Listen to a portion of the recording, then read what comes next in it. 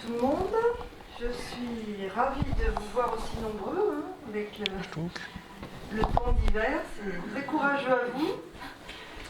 Donc ce soir, le thème c'est, vous le savez, c'est l'hydrologie du plateau de Saclay et le réchauffement climatique. Bon, moi je me posais une question, enfin c'est une des questions, je ne sais pas si c'est une question pertinente, c'est est-ce qu'il y a un rapport entre les inondations que nous avons tous en souvenir dans la vallée, s'il y a un rapport avec les constructions sur le plateau de Saclay. Mais bon, c'est une question parmi d'autres. Et écoutez, nous, vous nous connaissez, je crois la majorité des gens, c'est l'association Abon qui organise cette conférence, association Bure, Orsay, Nature. Pour les gens qui sont intéressés, il y a quelques bulletins et nous faisons un bulletin trimestriel et nous avons quelques adhésions qui sont sur la table. Vous viendrez me voir à la fin de la conférence. Bonne conférence. Bonsoir à tous. Alors donc, moi je m'appelle Pascal Mogis et je suis chercheur au laboratoire des sciences du climat et de l'environnement qui est sur le plateau de Saclay, au CEA. C'est une unité mixte de recherche. Mes spécialités, c'est hydrologie, hydrogéologie, et je travaille sur le changement climatique depuis une quinzaine d'années, et les impacts depuis un petit peu moins. En plus d'être chercheur, je suis aussi citoyen, et je suis aussi citoyen engagé. Donc, avec des amis de longue date, on a monté une association qui s'appelle Aglo-CPS, dont le but est de promouvoir la gestion citoyenne de l'eau. Alors, je vais vous parler de l'hydrologie du plateau de Saclay. C'est pas l'hydrologie de la rivière Yvette, par exemple. C'est juste la partie qui est au-dessus. Alors, évidemment, le territoire est géologiquement assez semblable, mais il n'est pas urbanisé pareil, c'est pas les mêmes questions. Merci. Et néanmoins, on va devoir pouvoir croiser les différents enjeux, les différents aspects qui nous permettent de comprendre l'hydrologie d'Yvette et la vulnérabilité des vallées. Alors, le plateau de Saclay, c'est une entité. Chaque territoire est unique, et le plateau de Saclay est déjà un paysage et une entité hydrogéologique. Là, vous avez différents aspects sur le plateau de Saclay qui sont évidemment les plaines agricoles, la plaine agricole qui est en surface, en haut, les coteaux qui sont aussi un élément en eux-mêmes. Vous avez aussi des petits paysages en amont qu'on trouve qui sont un petit peu diversifiés. Là, c'est le rue de Saint-Marc. Et sur les coteaux, la carrière de grès de la Troche qui montre à la fois les sables de Fontainebleau et les grès dont il a été fait commerce pendant assez longtemps. Donc d'un point de vue d'abord géologique, c'est l'histoire très très ancienne du plateau. Le plateau de Saclay est ici, et vous avez en surface quelque chose qui apparaît assez homogène, qui sont les limons des plateaux. Puis vous voyez les vallées incisées, et donc l'Yvette évidemment, la Bièvre au nord, la Mérantaise qui est un affluent de l'Yvette au sud-ouest. Et puis un peu plus haut, vous avez un autre bassin versant. Et entre les deux, les rivières ont creusé leur lit à travers les formations et on voit ce qu'on appelle des affleurements de différentes formations. Un peu intercalé, le sable de Lozère, j'y reviendrai, la Meulière de Beauce et ses argiles. Puis ensuite, dans l'ordre, là, les grès de Fontainebleau. Et puis en plus, en fond de vallée, les marnes à huîtres et les marnes vertes, alors qui sont des formations plutôt imperméables. Donc voilà, grosso modo, le croquis, vous voyez les limons au-dessus. Quelques petits horizons là, plus ou moins de sable, et les argiles lamelières, donc qui font plusieurs mètres. Les limons font environ 2 mètres. Les limons ne sont pas très vieux, vous voyez, ils ont jusqu'à 800 000 ans. Et puis vous avez les sables, donc, de Fontainebleau, là, qui sont très anciens, donc de 40 millions d'années. Et puis après, vous avez des formations beaucoup plus anciennes et des calcaires plus profondément. Là, en fait, évidemment, nous nous retrouvons ici, en toute proche surface du plateau du bassin parisien qui est caractérisé, c'est un bassin sédimentaire, qui est caractérisé donc, par des horizons de sédiments qui remontent sur plusieurs centaines de millions d'années, et jusqu'à 1000 mètres de profondeur. Après, vous avez le socle granitique. Donc l'histoire, en fait, les éléments des plateaux sont récents, c'est du quaternaire, ce sont des apports par le vent, liés aux déglaciations. Donc pendant la déglaciation, ça expose du sol, la glace en se retirant expose du sol, et puis il est mobilisé par le vent, qui se dépose en petits grains. Et en dessous, vous avez les sables de Lozère, donc, qui sont les dépôts fluviatiques, j'y reviendrai, qui viennent du massif central, en fait, ils viennent d'assez loin. Après, les calcaires de Beauce, qui se sont altérés donc en argile-amelière. Et puis plus avant, on était en climat tropical, en fait, ici, hein, parce que les continents se sont déplacés. Et donc à l'époque, on était plus au sud. Et 5, c'est les sables de grès de Fontainebleau, qui, eux, c'est l'érosion aussi par le vent, mais de dunes littorales. Hein, c'est quand la mer qui était présente sur le bassin parisien s'est retirée, il a fallu un temps fou, ça a dégagé, il y avait des dunes en fait, là, et ces dunes ont été érodées par le vent. Voilà, c'est une période très très aride, et donc du coup on a des sables très fins, desquels on ne peut rien faire tellement ils sont fins, et puis ils ne sont même pas grelés, on ne peut même pas en faire du béton, rien. Et puis ensuite les dépôts marins, littoraux, lagunaires, etc. Je passe, c'est différent suivant le fait qu'on est sur un lac, ou alors autour d'un lac, ou en bordure de mer, en lagune ou en mer, ça ne donne pas les mêmes caractéristiques.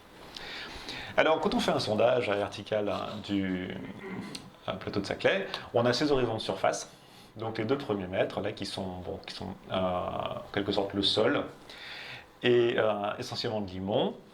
Et puis, alors, la terminologie varie en fonction des auteurs. Puis vous avez donc voilà, 2 mètres, et puis après vous avez l'argile-amelière, qui fait jusqu'à, qui fait 6-10 mètres, ça dépend. Et après, vous voyez, en proportion, vous voyez les sables de Fontainebleau qui font 70 mètres environ. Et ils ne sont pas saturés partout. Et vous avez en fait environ une trentaine de mètres, ça dépend bien sûr, hein, de zones non saturées pour l'eau qu'elle va traverser avant de rejoindre ensuite le niveau saturé de la nappe. Et c'est lui qui s'écoule ensuite sur les côtés et vers le fond. Et puis après, vous avez donc les autres niveaux intermédiaires, imperméables, puis les calcaires, etc. Le sol, alors les sols, c'est difficile, hein, parce que le sol, c'est pas uniquement ce qui est en surface, hein, c'est un système complexe. Hein.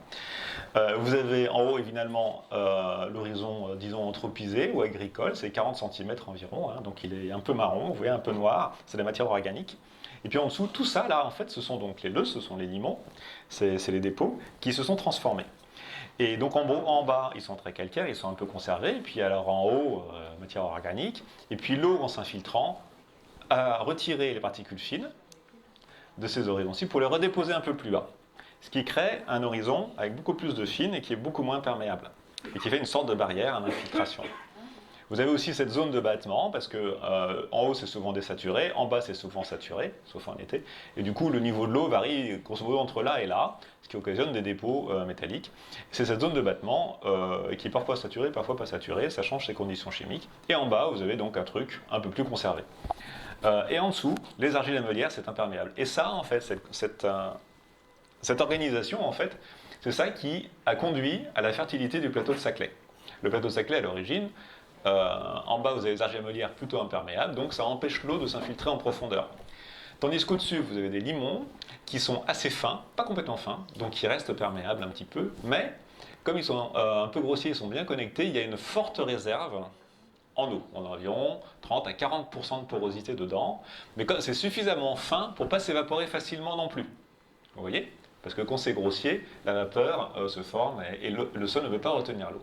Donc là, on a le mixte parfait qui fait que ça empêche l'eau de s'enfoncer par en dessous et ça la garde par au-dessus, ça résiste. Ce qui fait que ces sols sont capables en fait de conserver l'eau avec une végétation active comme le maïs pendant 1 mois ou 2 mois. Et c'est absolument exceptionnel puisque partout ailleurs, en France, en particulier en sud-est, mais c'est de plus en plus, il faut irriguer pour pouvoir maintenir les besoins végétaux. Là, on n'a pas besoin, pour l'instant. Évidemment. Alors, les sols, là, je vous ai montré un point, mais en fait, les sols, c'est plus diversifié. Et là, vous avez une carte pédologique relativement ancienne, donc, qui montre quand même une couverture limoneuse homogène à première vue. Hein, vous voyez, là, c'est le plateau de Saclay, vous avez le centre connu, puis là, c'est les vallées. Hein, et ça a l'air homogène. Bon, mais en fait, quand on regarde de plus près, on voit, là, c'est une carte des sols qui a été réalisée récemment par des collègues, que vous avez quand même des faciès de différentes couleurs, des faciès quand même qui sont plus diversifiés, un petit peu partout. Donc vous avez les faciès de vallée ici, vous avez les limons, bon, alors quand même on est surtout dans des limons. Et puis bien sûr les fonds de vallée. Alors ce qu'il faut juste de façon anecdotique remarquer ici, c'est d'abord que vous avez les zones urbanisées là, enfin c'est toutes celles qui ne sont pas en couleur, et les zones hachurées, ce sont des champs auxquels les chercheurs n'ont pas pu accéder. Et malgré que c'était un projet qui a été mis en place avec eux, un projet leader via Terracité. Et donc voilà, il a suffi de 2-3 exploitants pour finalement ne pas pouvoir compléter la carte. Vous voyez qu'elle est quand même extrêmement morcelée par toutes les zones urbanisées grises là. Hein. Alors voici donc quelques échantillons de sol, vous voyez, hein, je vous parle des limons, mais en fait, c'est tous les sols qu'ils ont trouvés sur le plateau. Vous voyez qu'il y a énormément de variabilité. Il y a une variabilité dans les sols, et puis il y a une variabilité aussi un peu plus en profondeur. Vous avez donc la couverture de limon, et puis en dessous les argiles lamelières, et là vous avez un peu de calcaire non dégradé, avec des passés de sable de Lozère. Et vous voyez qu'en fait les argiles lamelières, ça zigzague, que l'épaisseur varie énormément, il y a des fois il y a des contacts là faciles pour l'eau pour passer à travers les calcaires qui sont alors fracturés. Et sinon, là c'est épais, et puis parfois il y a encore autre chose au-dessus. D'un point de vue du fonctionnement, en fait, c'est encore plus compliqué, puisque ça c'est une étude sur la plaine de Versailles. Donc ça c'est vu du dessus, puis ça c'est vu en coupe. Et alors il pleut par au-dessus, vous avez la nappe qui est comme ceci, voyez. Et puis ils ont marqué que sur 100 mètres environ, vous voyez là, vous avez environ 100 mètres, sur 100 mètres, et ben, vous aviez des dômes, et qui montraient que l'eau, en fait, s'écoule verticalement dans la nappe en certains points, vous voyez, comme là, par exemple, ou là, et alors qu'à d'autres, ça s'écoule vers les bords, et que ça correspond à des passés de sable de Lozère. Donc en fait, vous n'avez pas du tout le fonctionnement qu'on peut croire. D'abord, la plupart des gens disent qu'il n'y a pas de perte en eau des plateaux, des sols des plateaux. Tout va dans les drains ou vers l'eau, c'est pas vrai. Il y a des écoulements donc latéraux, l'eau en fait s'enfuit vers les côtés en suivant des chemins de sable de Lozère, ça reste une hypothèse. Et sinon, s'infiltre de l'eau en 1 sur 100 mètres, ils ont trouvé une fenêtre calcaire, donc peut-être tous les 100 mètres, on ne sait pas, mais ça s'infiltre verticalement. Et du coup, ça vient alimenter des sables de Lozère, en dessous. Voilà. En termes de qualité d'eau, évidemment, ça change tout. Si l'infiltration est complètement répartie partout, ou s'il est en certains points, puisque ça veut dire que c'est la pollution à ce point-là qui va compter. Alors là, ces fameux sables de Lozère, qui sont sur les cartes situées, dessinées comme ça, mais c'est absolument pas le cas, sont issus de, donc, comme je disais, du Massif central, où à l'époque, c'était donc au Pliocène inférieur et moyen, peut-être même un petit peu plus tard. C'est controversé en fait. Hein. Donc il y avait une connexion en fait verticale entre le Massif central et la Seine. Et donc la Seine s'écoulait pas simplement depuis le plateau de Langres, mais en fait depuis le Massif central en rejoignant le Loing et puis ensuite en coulant vers son exutoire ici. Et il y a eu un peu plus tard le soulèvement de la Sologne. Et clac, ça a empêché cet écoulement-là d'aller vers le nord, et pouf, ça tournait vers l'ouest. Si vous regardez les cartes de la Loire, vous voyez les cartes, elles montent, et puis après, poum, elles tournent à gauche, voilà. Le chemin lui a été barré. Et ça a été donc la naissance de la Loire. Ce qui fait que ces sables de Lozère, qui ont été caractérisés à Lozère. Lozère, c'est le quartier de Palaiseau, et c'est là qu'est le faciès de référence des sables de Lozère. Voilà. Alors, les formations perméables en surface, donc les limons essentiellement, mais aussi les sables, ils sont aussi hétérogènes, ça ne se voit pas. On voit une surface de sol plane, mais en fait dessous il se passe plein de trucs. Et vous voyez que là c'est la base des limons, avec son altitude, et puis la base des limons s'enfonce vers vers 118 en gros, donc vers les coteaux d'Orsay ici au nord, donc le Telvec de Corbeville en fait. Hein. Et puis évidemment, les niveaux saturés de l'eau dans cette raison-là suivent aussi une pente à peu près, et sont corrélés à peu près avec ça. On ne sait toujours pas si c'est une nappe. Hein. Si on vous parle de nappe dans les limons, c'est pas sûr. Hein. On ne sait pas si ça coule latéralement, si c'est connecté, mais enfin en tout cas, on voit qu'il y a quand même un gradient pour aller vers le Telvec de Corbeville. Et alors ce Telvec, en fait, il a été comblé. Hein. C'est un ancien lit de rivière, très ancien, qui a été comblé ensuite, et puis après recreusé par la Bièvre, après coup. Hein. C'est toujours des histoires très anciennes. Quand on regarde un petit peu plus bas les argiles lamelières, là vous avez une sorte de coupe. Alors la coupe n'est pas représentée là, mais vous avez une sorte de coupe, par exemple typique. Vous avez la surface qui est là, du sol, donc c'est les limons des plateaux. Puis en dessous vous avez les argiles lamelières. Parfois vous avez un peu de sable de Lozère. Et cette argile lamelière, eh ben, voici la côte, là elle a une profondeur. Donc ça vous montre en fait la variabilité et du sol, et de l'épaisseur de ce sol, et aussi de la position de ces argiles lamelières, hein, qui sont en fait, c'est des vagues. Ça fait des vagues sur tout le plateau. Alors, Quand on regarde le plateau, on trouve un truc tout lisse, et en fait, dessous, c'est la pagaille. On essaie de caractériser, on a fait des tests. Donc là, c'est la perméabilité hydraulique, et vous voyez, pour ceux qui connaissent ces lectures mathématiques, 10-6 à 10-9, ça varie d'un facteur 1000 en fait. Là, on est sur la ZAC du Moulon, il y a eu plein d'essais à l'occasion des travaux, et puis je fais un trou 200 mètres plus loin, et ma perméabilité est 100 fois plus petite, par exemple, ou 100 fois plus élevée. Voilà, donc on est vraiment face à un système complexe et difficile à appréhender dans le détail. En dessous de la nappe de Fontainebleau, donc ça c'est la grosse réserve. Alors la nappe de Fontainebleau joue un rôle très très important parce que c'est elle qui, avec l'eau stockée pendant l'hiver, va ensuite donner son eau gentiment et lentement aux rivières en dessous. Donc c'est elle qui assure les bas niveaux, les étiages de la Bièvre et de l'Yvette, et la Mérantaise indirectement. Donc il est très important que cette nappe soit convenablement alimentée, puisque de là en dépendent les débits d'été. Donc voilà, vous avez à peu près la carte piézométrique, donc la hauteur du niveau saturé, donc le plateau de Saclay, vous avez reconnu, et puis vous voyez que c'est en fait les gradients, l'eau va vers les coteaux. Voilà, ça suit complètement la topographie et va vers les coteaux. Alors ça rejoint l'Yvette par la frange, donc ça... Il y a une ligne de source en fait tout le long du coteau sud où cette eau suinte dans la vallée, alors que la Bièvre, qui est un petit peu plus au-dessus, elle se fait alimenter par en dessous, ici, et en plusieurs points, par cette nappe. Voilà, donc ce sont deux modalités d'échange différents. Alors les enjeux sur cette nappe de Fontainebleau, ce sont pour l'instant pas des enjeux de quantité, on ne s'est pas vraiment posé la question, mais ce sont surtout aujourd'hui des enjeux de qualité, notamment la pollution aux nitrates, donc nitrates agricoles, aux pesticides agricoles, et aussi industriels. Industriels de différentes natures, surtout des produits hydrocarbures, aromatiques, des choses comme ça, davantage que des pollutions radioactives à ma connaissance. Bon voilà.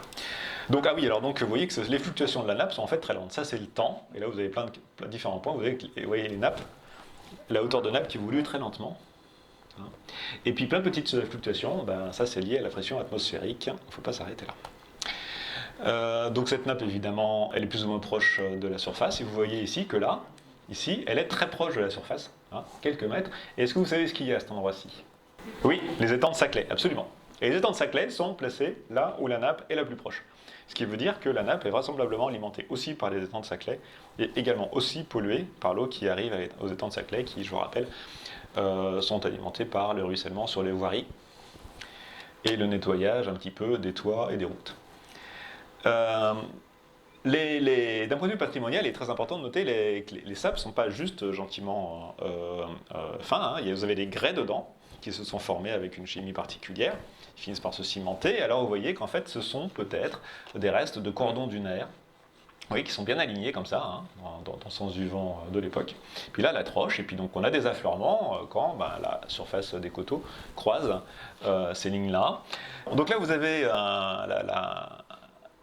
l'exploitation traditionnelle d'une carrière de grès. Bon, c'est un peu petit. Et là, vous avez une carte postale de la carrière de la Troche, à l'époque où c'était exploité, avec des rails et puis plein de métiers. Sur la carrière de la Troche, il y a des panneaux qui sont vraiment très très bien faits, qui vous expliquent comment ça a été exploité. L'origine de ces formations de grès est encore mal comprise et toujours controversée. J'ai un collègue qui prévoit de mieux les caractériser. Voilà. Donc je vous en ai parlé. Alors maintenant, passons un petit peu aux pluies. Alors les pluies, ici là où nous sommes, sont très particulières parce que partout en France, nous avons un rythme saisonnier, en tout cas au moins à l'échelle mensuelle. Là, sur le plateau de Saclay, et puis un petit peu plus autour, nous avons des pluies qui sont relativement uniformes tout au long de l'année. C'est quand même une situation française inhabituelle. Donc environ 600-700 mm par an, et évidemment par mois vous divisez par 12, donc bien répartis. Alors par contre, les pluies elles-mêmes ne sont pas réparties dans le mois comme ça. Vous avez plutôt en été des pluies longues et courtes, plus souvent courtes, et intenses, et en hiver et automne, un peu au printemps, des pluies longues, un petit peu modérées. Alors, donc on voit ces deux typologies ici, des événements un peu intenses, donc vous avez effectivement long et réparti, donc sur 12 heures, voilà, répartie homogène, longue, donc en vert, puis en violet, c'est l'inverse, c'est court et plutôt intense. Mais vous avez aussi des épisodes importants où c'est localisé et long, ou alors c'est homogène et court. Bon. Enfin, vous voyez quand même que nous avons ces deux grandes typologies qui ont amené à avoir une gestion des eaux calée là-dessus. Et à ce moment-là, c'est en fonction de la durée des épisodes. Donc voici à quoi ressemble une précipitation homogène sur le plateau. Vous voyez, donc c'est un peu contrasté, mais globalement c'est assez homogène. Ça correspond à ces situations typiques là, où en fait, en gros, c'est une grosse précipitation installée sur tout le pays. Et là, c'est le cumul de précipitations. Vous voyez qu'en gros, bon, ça monte, hein, et puis en bout de 7 heures, c'est fini. En 7 heures, on a quand même monté relativement progressivement. Tandis que, puis vous avez aussi les périodes de retour. Donc la probabilité que ça revienne tous les 50 ans, ça nous amène à des niveaux de 71 à 90. Il faut noter. Et puis centenal, 86 à 110.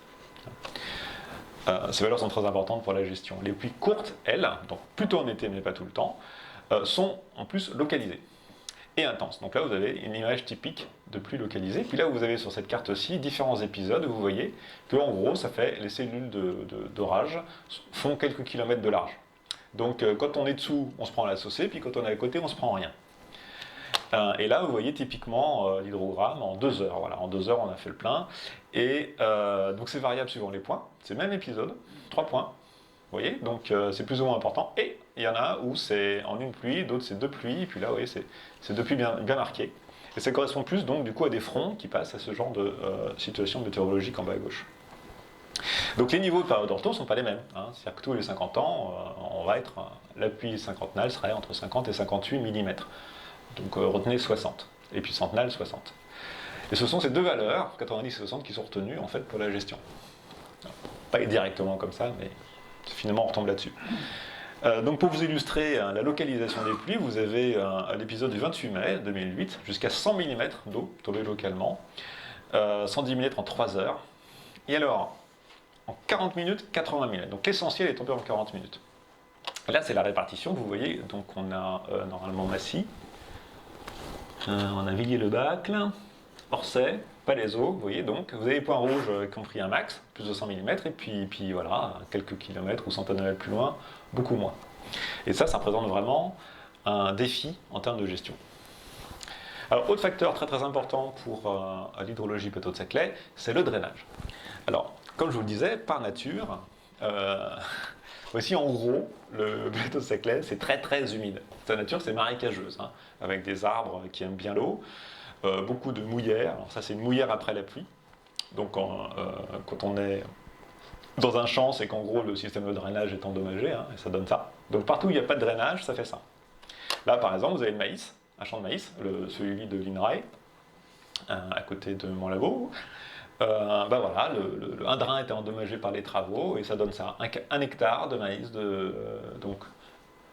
inondé durablement et perdu. En plus, même si il n'est pas complètement perdu, on ne peut pas y aller avec les engins, tellement c'est boueux, c'est vraiment perdu. Alors le drainage, donc, on ne peut pas cultiver sans drainage, et ça c'est vrai depuis l'Antiquité. Donc c'est un fait historique, le drainage du plateau de Saclay, et qui a construit et le paysage et les activités humaines. Sous les Gaulois, si j'ose dire, la déforestation était importante, hein, les Gaulois étaient un peuple agricole très très industrieux. Pendant la période gallo-romaine, ça a décru, c'est-à-dire qu'en fait le plateau s'est reforesté en partie, avec une plus grande densité forestière. Les Romains misaient moins sur l'agriculture, ou étaient moins performants. Pendant le Moyen-Âge, c'est reparti un petit peu, les rendements sont restés très très faibles. Et donc le drainage était constitué de tranchées creusées. Alors pour pas que ça se remplisse trop, ils mettaient des grosses pierres, voilà, ou alors des fagots, voire de la paille. Et évidemment, l'entretien était extrêmement onéreux, hein, ça demandait énormément de travail, donc c'était l'objet de corvée. Il fallait sans arrêt recreuser, et puis remettre sur des bords, etc., renouveler, pas tous les ans, mais très très souvent. Et avec le château de Versailles et Louis XIV qui voulait donc d'une part de l'eau potable pour son château et aussi pour ses jets d'eau et ses étangs, et bien du coup il y a eu ce grand travail de construction des rigoles qui a permis le drainage de nouvelles parcelles autour. Le drainage est un petit peu laissé à l'abandon, il y a énormément de détérioration. Et ce n'est qu'avec le rebond et le remembrement et la mécanisation que ce drainage redevient massif, mais du coup il n'est plus fait avec les matériaux ancestraux, mais il est fait avec donc, du plastique essentiellement, du drain en plastique. Donc là, vous voyez ici donc, des exemples de drainage. Donc, ce sont des drains en poterie. Donc vous avez différentes tailles, et puis vous avez les collecteurs, les petits, et puis, enfin en gros, c'est un tuyau avec des trous, quoi. Hein. Et la question, c'est de les emboîter. Alors ça casse, évidemment, hein, c'est plus ou moins facile à installer, etc., etc. Il y a plein de critères. Et puis en fonction des tailles, donc on trouve un petit peu de tout. Il y a encore des drains et des collecteurs en céramique qui existent sur le plateau aujourd'hui, hein, qui sont endommagés de temps en temps, donc ils sont remplacés ou pas. Alors gérer ces drains, c'est compliqué. Les rigoles du bateau de Saclay en 1953 donc, ont été affectées au ministère de la Défense. Pourquoi ? Parce qu'on a installé le CEA. Et puis ensuite, le centre d'essai des propulseurs, le CEPR, qui utilise l'un des étangs. Le syndicat d'Yvette et de la Bielle, le CYB, en a acquis une partie, 70%. Et puis ensuite, voilà, et en fait, il faut qu'une rigole nous appartienne pour qu'on puisse la gérer. Donc, l'acquisition, nous sommes sur le chemin de l'acquisition, ou au moins d'un conventionnement total, mais c'est très très long. Il y a beaucoup de négociations. Donc voici à quoi ressemblait, d'après l'INRAP, Laurent Juel, typiquement une ferme, enfin, ou le paysage du plateau de Saclay, du temps des Gaulois. Vous avez une meule là, hein, de l'époque qui prouve qu'ils cultivaient le blé, un exemple de ferme. Et dans ce paysage, on voit déjà comment les drains, en fait, hein, dessinent le territoire. Vous avez la mare ici, une mare qui ne bougera pas de là. Donc là, on est à peu près sur le site de Soleil, à Lande des Merisiers. Sous les Mérovingiens, vous voyez qu'on sort de la domination romaine. Vous voyez que la forêt s'est avancée, mais toujours ce paysage dessiné par les rigoles et avec cette fameuse mare. Ensuite, au Moyen-Âge, c'est toujours la même situation, un peu plus organisée. Vous voyez, donc là il y a une ceinture, et puis on note ici une maison forte, toujours à côté de la mare. Voilà, mais c'est pas compliqué, de toute façon, si on veut pouvoir se nourrir, il faut évacuer l'eau. Alors donc, sous Louis XIV, on a fait ça en grand, et avec ces grands dispositifs, donc plateau de Saclay avec les deux étangs qui sont ici, vous voyez, et puis donc c'est un drainage qui d'abord il y a la machine de Marly pour récupérer de l'eau dans la Seine au nord. Bon, ça suffisait pas, ils ont pris à l'ouest, ça suffisait pas, puis après, ils sont allés chercher l'eau dans toute l'extrémité du plateau. Avec tout ce système qui, par l'aqueduc de Buc, rejoignait Versailles. Donc on a hérité de grands travaux qui avec des vestiges ingénieriques absolument remarquables. Bon, l'aqueduc de Buc, qui traverse la Bière, la ligne des pluies, le pavillon du roi, quelques bornes par-ci par-là qui restent quand elles ne sont pas volées, cette machine de Marly qui n'existe plus mais qui était un ouvrage extraordinaire et autant qu'ambitieux, qui n'a pas duré très longtemps d'ailleurs, tellement c'était difficile à entretenir, mais qui montait l'eau de la Seine, hop, avec des pompes mécaniques complètement délirantes vers un petit aqueduc. Gobert, lui, il a organisé donc le tracé des rigoles avec cette machine révolutionnaire qui lui permettait d'obtenir une pente très très faible et de la garder. Parce que le plateau, en fait, il a le bon goût de se pencher du mauvais côté. Hein. Il est orienté vers le sud-est. Il penche vers le sud-est, et Versailles, c'est au nord-ouest, forcément. Donc, il faut aller en pente descendante, mais le plus loin possible. Et la pente, c'est 1 à 3 pour 1000. Aujourd'hui, avec nos outils modernes, on a du mal à faire aussi précis. Et lui, il a réussi à faire ça sur 200 km de rigole. Alors, il utilisait cette machine avec des niveaux à eau, et puis un crin de cheval, il visait là, un crin blanc, s'il vous plaît, c'est important. Avec ça, enfin bref, donc c'est comme ça qu'il arrivait à viser et à imposer une petite pente. Donc les rigoles, ça ressemble à ça, vous les avez tous vus.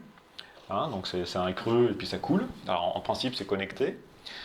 Le drainage, lui, il est réalisé avec ces machines-ci. Vous avez le petit drain, là, vous voyez, le tuyau percé, et puis là, c'est les gros collecteurs, du coup, c'est la machine du dessus. Et ça nous donne donc ce genre de plan de drainage, vous voyez, extrêmement serré, tous les 12 mètres, par exemple, à 1 mètre de profondeur. C'est pas typique, mais c'est souvent comme ça, ou autour de ces caractéristiques. Alors, l'intérêt, donc justement, sur un sol comme celui-ci, c'est que les racines, quand on draine, on abat la nappe, et les racines peuvent se déployer verticalement, et la plante peut devenir productive. Donc la racine, le maïs par exemple, a un système aérobie, il a besoin que cette racine soit exondée. Donc avec tout ce petit jeu de racines là, tout petit, il ne peut pas faire suffisamment d'échanges, il est tout pauvre, rabougri, il ne produit pas, c'est pas drôle. Et là, donc, il peut complètement se développer. Et ça change énormément la réponse hydrologique du sol, puisque au lieu d'être un régime, un tarissement très très lent, naturel, avec l'eau qui s'infiltre lentement à travers les argiles meulières, vers un lac des sables, eh bien, cette eau, en fait, est détournée et renvoyée dans les gros tuyaux, dans les rigoles et ensuite dans les vallées. Et nous avons ce type de réponse, vous voyez, donc il y a une pluie, c'est extrêmement rapide, en fait. Hein.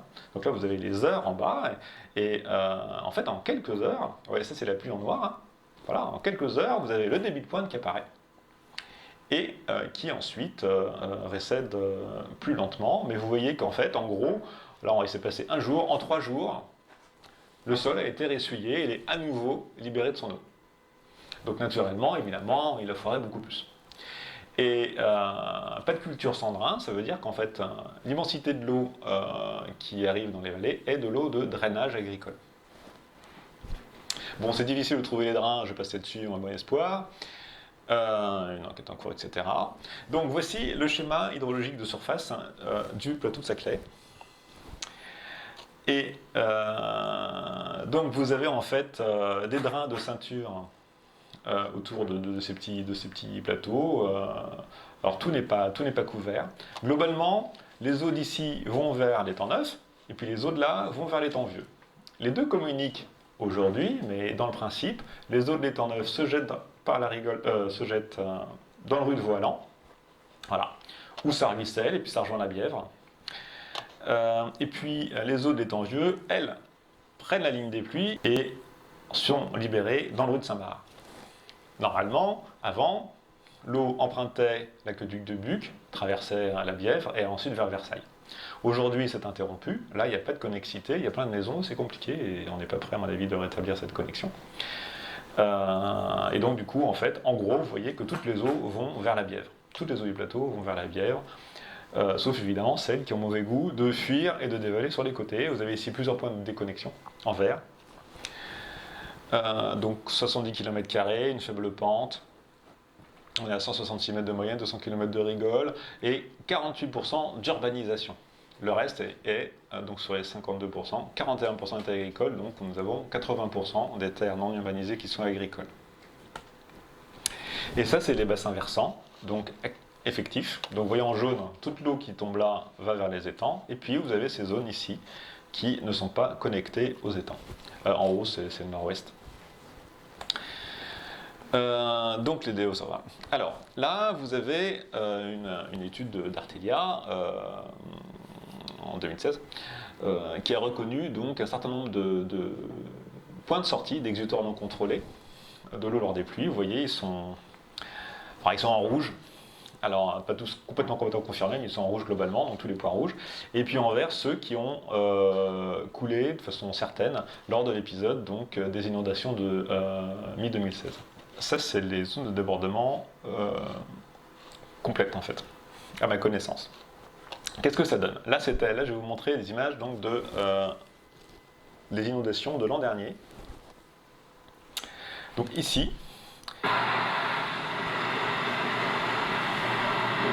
donc, vous avez ce petit bassin, la petite pente qui a rassemblé ces eaux. Vous voyez comment la route, en fait, sert de lit de rivière pour acheminer ensuite ces eaux vers la Bièvre.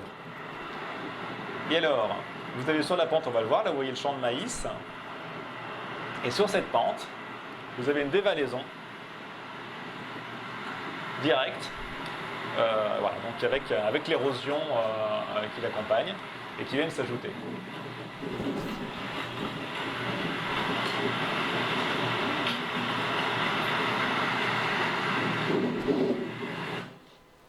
Donc voilà ce qui se passe. Donc c'est une petite zone ici qui est en aval des rigoles. Voilà, il a plu là.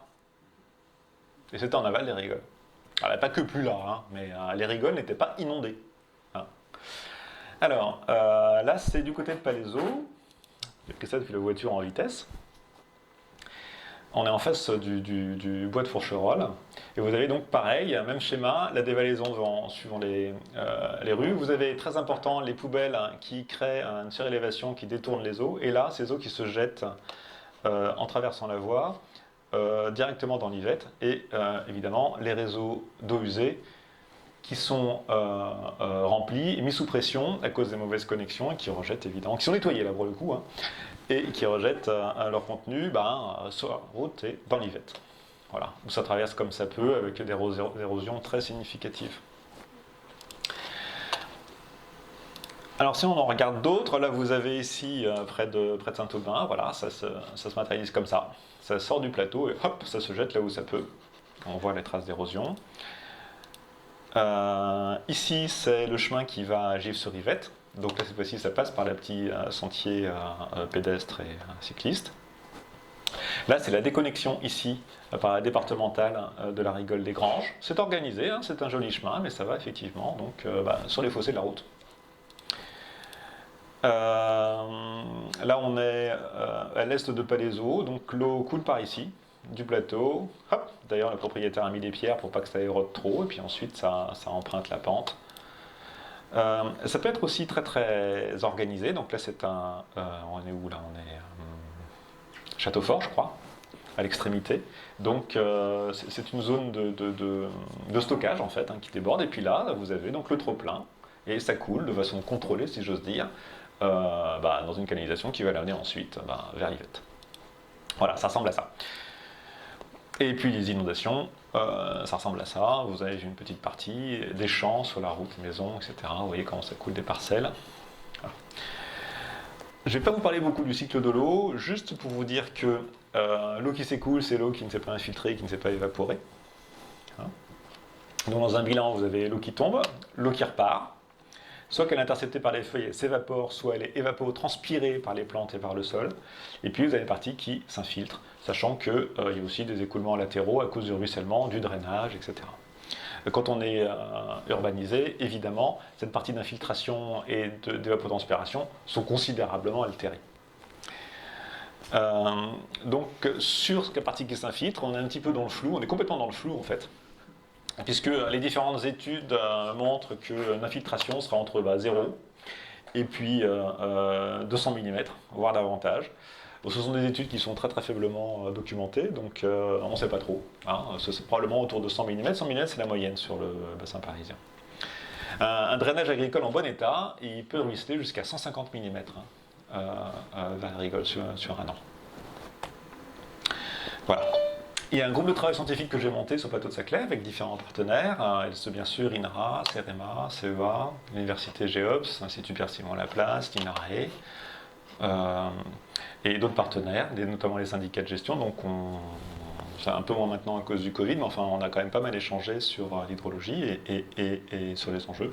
Bon, c'est juste pour dire qu'il y a un groupe de recherche qui travaille là-dessus, qui rassemble des données, et qui propose des voies de recherche. Je vous passe, ça c'est les collecteurs, je passe, qui sont évidemment pas financés. Alors, les enjeux hydrologiques.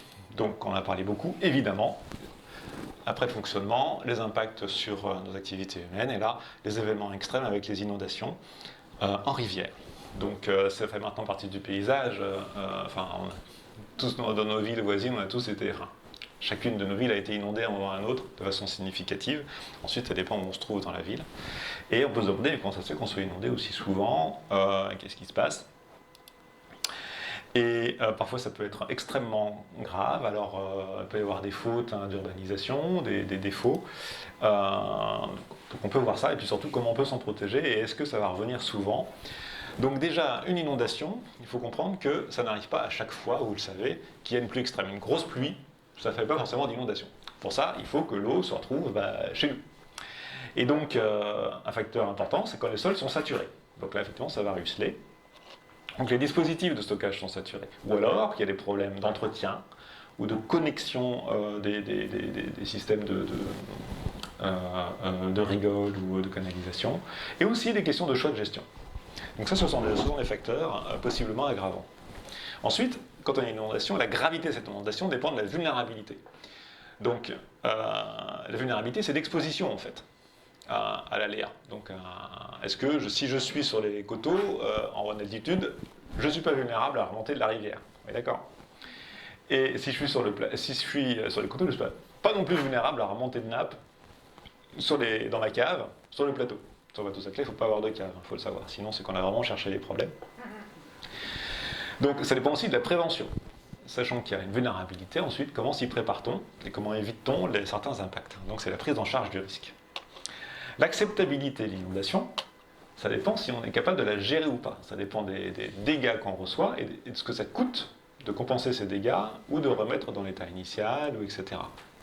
L'acceptabilité, on peut accepter d'être dans une zone inondable. Il y a des régions de France qui sont inondées tous les ans, tous les 2 ans. Les gens en vivent avec. Ils savent les trucs qu'ils peuvent faire, les trucs qu'ils ne peuvent pas faire.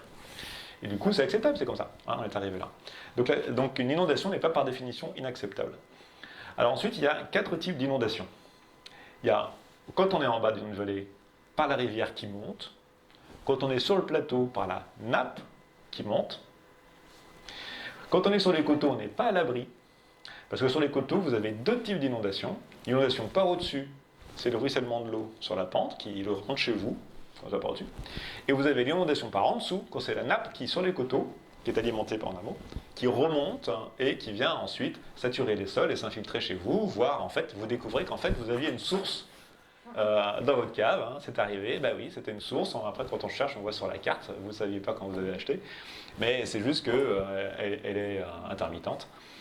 Mais par contre, cette remontée de nappe peut être aggravée si jamais vous avez beaucoup de nouveaux bâtis, avec des gens qui mettent des caves, des parkings, etc. Parce que ça fait des obstacles à la circulation de l'eau souterraine. Du coup, là où il reste encore un passage, le niveau de l'eau va se concentrer et puis monter, en fait, globalement. Donc ça, c'est aussi un facteur lié à l'urbanisation. Bon, je voulais illustrer la c'est pas important. Donc le changement climatique, alors c'est une présentation complète sur les impacts du changement climatique. Ce qu'il faut retenir, c'est que vous avez une modification des températures, évidemment, une modification des crues centenales et des pluies, plus de vagues de chaleur également, mais peut-être aussi potentiellement plus de vagues de froid. Évidemment, des étiages qui s'aggravent et des rendements agricoles qui globalement baissent, avec une recharge de nappe qui baisse. Attention, c'est en moyenne.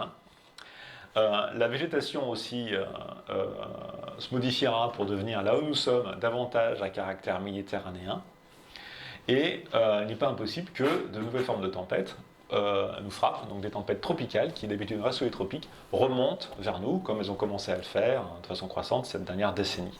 Retenons aussi que quand l'atmosphère est plus chaude, elle a la capacité de retenir davantage d'eau, donc environ 7% d'eau en plus de capacité de rétention pour chaque degré supplémentaire. Donc avec un changement climatique de 2 à 5 degrés, faites le calcul, on peut avoir 30% d'eau de plus, fatalement, dans la précipitation extrême. Sachant que l'évapotranspiration augmente, la recharge de nappe baisse, etc., etc. La température de l'eau augmente et étant donné qu'il y a moins d'eau dans les rivières en étiage, la pollution relative aussi. Bon, il y a d'autres impacts, je passe là-dessus. Donc l'urbanisation, je vous en ai parlé, l'urbanisation typiquement, ça empêche l'infiltration de l'eau dans les sols, mais aussi ça diminue la transpiration des plantes. Donc sur le plateau de Saclay, en fait, on peut penser que l'infiltration serait diminuée à cause du ruissellement. Et ce qu'on observe, enfin ce que les modèles disent, c'est pas encore complètement validé par les observations, c'est qu'en fait, les niveaux des nappes devraient augmenter d'environ 50 cm en surface. Parce que ce niveau-là était abattu par les plantes. Mais comme il n'y a plus de plantes, du coup, il y a moins de perte d'évapotranspiration. Évidemment, ça reste à confirmer parce qu'il y a plein d'autres facteurs. Ensuite, vous avez l'urbanisation. Et l'imperméabilisation des sols par urbanisation, surtout sur le projet massif qui a connu le plateau de Saclay. Je rappelle qu'en 1976, la doctrine, c'était protéger les terres agricoles et les paysages du plateau de Saclay. Bon, alors, il y a un virage, et avec l'opération d'intérêt national, et donc du coup c'est toute cette zone-ci qui a été urbanisée. On a quasiment atteint, là il y a l'urbanisation de Corbeville aussi qui était prévue et qui va sans doute se faire. Donc évidemment on a un impact énorme d'un point de vue de l'imperméabilisation. Ceci dit, qui dit urbanisation ne dit pas inondation. Ça dépend de ce qu'on en fait. Et l'urbanisation, enfin les effets peuvent être considérablement atténués par les aménagements, notamment à la retenue à la parcelle, quand on retient l'eau sur place, ou alors à l'échelle du quartier, on l'empêche de ruisseler, donc on la garde. L'eau retenue dans les toitures végétalisées, ou sous les chaussées, ou à côté des chaussées, dans des parcs, près des systèmes piétonniers. En faisant des ouvrages, en les agrandissant, en en créant de nouveaux bassins, il y en a d'ailleurs un peu partout, et en optimisant la gestion des flux, c'est-à-dire qu'en utilisant mieux l'espace qu'on a, avec avec des télécommandes, des mesures à distance, de l'optimisation, de l'anticipation, etc. Il y a un gros potentiel là-dessus de ce côté-là. Bon, je vous ai déjà parlé du patrimoine. Alors, je n'ai pas trop vous parlé de la qualité des eaux, ce sont aussi des enjeux hydrologiques. Et le maintien. Donc, alors, autre chose important, c'est le maintien des bas niveaux dans les rivières en été, hein, pour continuer à avoir des habitats pour les poissons et puis pour les oiseaux et les insectes. Et maintenir l'efficacité du drainage agricole. Gros enjeu sur le plateau, tel que Thérèse Cité vous le dira. Les agriculteurs, eux, leur souci principal, je parle des céréaliers. Céréaliers, c'est quand même l'essentiel de la surface du plateau de Saclay. Donc des céréales dédiées à l'exportation au moins pour moitié. Hein. Donc ce pas des céréales qui sont utilisées chez nous. Hein. En gros, ils ne peuvent plus cultiver si les drainages ne fonctionnent plus. Et quand il pleut trop, ou qu'il y a trop d'apports d'eau à cause des villes, eh ben, le bas des drains est inondé, et puis donc du coup, les champs ne sont plus drainés. Et ils perdent leur production agricole. Donc ça, c'est un énorme critère. Ça veut dire que si on doit arriver à gérer l'eau tous ensemble, il faut que les drains soient actifs, donc il faut que les rigoles soient vidées. Et donc il faut que cette eau, il ne faut pas qu'elle reste dans les rigoles, il faut qu'elle parte. Voilà. Et ça crée une tension, ça crée une grosse contrainte, parce que justement, nous, ce qu'on voudrait pour protéger les vallées, c'est de la garder, cette eau. Vous voyez ? Bon, donc la gestion de l'eau, en fait, c'est au croisement d'un petit peu tout ça. Alors là, je vais assez vite, vous avez plusieurs domaines, eau potable, assainissement, gestion de la ressource, patrimoine, agriculture. On est au croisement de plein de masses d'eau, en fait. C'est un patchwork assez compliqué. Il y a 3 bassins versants, il y a 2 rivières, il y a une nappe. Vous avez 2 sages, donc c'est ces schémas de gestion de l'eau, Bièvre, Yvette. Alors les eaux du plateau, sur ce bassin versant de l'Yvette, sont rejetées vers le nord, vers la Bièvre, donc dans le bassin versant de la Bièvre. Les aqueducs sont des propriétés ministères de la Défense, donc on ne peut pas vraiment y aller. On peut maintenant mieux y aller maintenant depuis les conventionnements. Il y a plusieurs syndicats, CLB, CIAVI et CYB qui a disparu depuis, avec des compétences suivant les départements. Bref, c'est extrêmement complexe. Donc, la nécessité pour bien gérer ça, c'est d'avoir un acteur unique, et c'est quasiment ce qu'on a obtenu avec la loi NOTRe, en concentrant donc les compétences. Donc, c'est la communauté du plateau de Saclay qui a récupéré la compétence GEMAPI, c'est-à-dire gestion de l'eau, et qui est en situation de pouvoir mettre en œuvre, au moins en termes de compétences, elle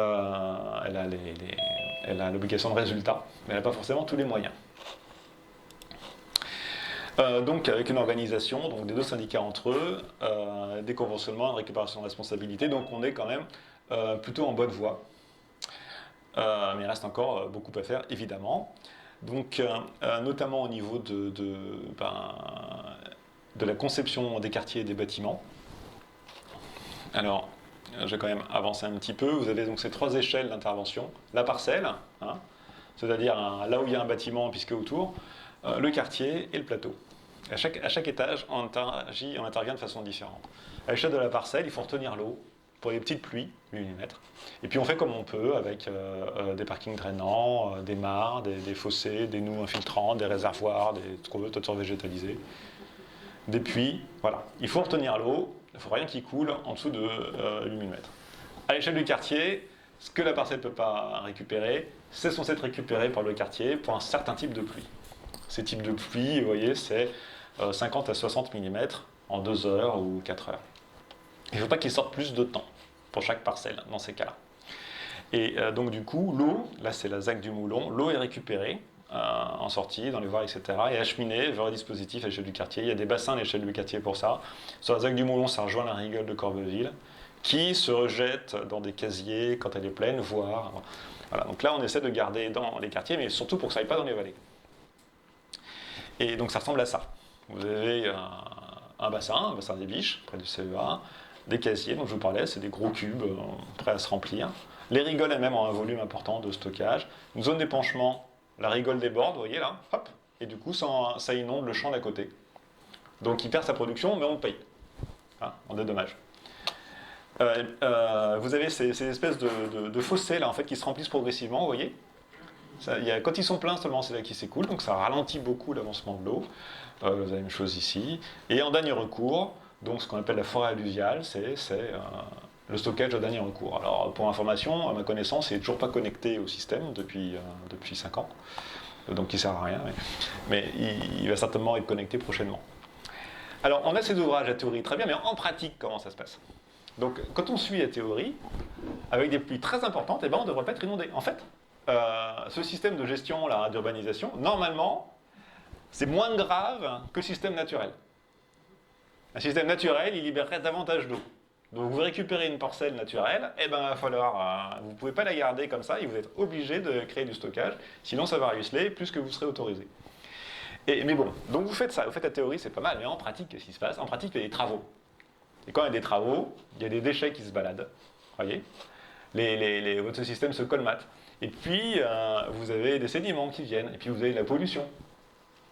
Et puis, il faut aussi les entretenir. Donc, qui vont entretenir? Vous savez qu'une rigole, c'est un cours d'eau. C'est qualifié comme un cours d'eau. Donc, on n'a pas le droit d'intervenir dedans. C'est interdit, c'est un milieu aquatique. Donc, sauf convention, aménagement, etc., comme on en fait. Et donc, vous voyez, en pratique, la gestion fonctionnelle de ce système-là, si vous allez n'importe où, vous allez voir qu'il y a des problèmes. Par exemple, sur la ZAC du Moulon, il y a des fossés au bord des routes pour recueillir l'eau. Et j'y suis allé maintes fois en période de pluie. Et donc, la route est inondée. Et en fait, il n'y a rien qui coule dans les noues. Parce que, typiquement, les camions là, qui nettoient le sol, là, en fait, ils envoient les déchets de travaux sur les côtés. Et vous avez ça de boue qui s'accumule. Donc, vous avez votre petit barrage le long de la route. Et effectivement, donc l'eau coule le long de la route, un peu plus loin, et ne va surtout pas dans les noues localement. C'est des petits détails. Mais en pratique, finalement, tout ça ajouté fait que on est embêté. Voilà. Bon, alors, c'est le dernier point. Je voulais revenir rapidement sur cet événement donc, de mai dernier.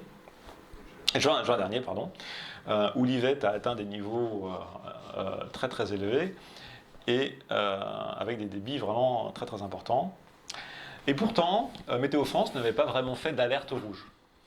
Météo France, la carte Météo France, vigilance orage, voilà, on est en zone orange.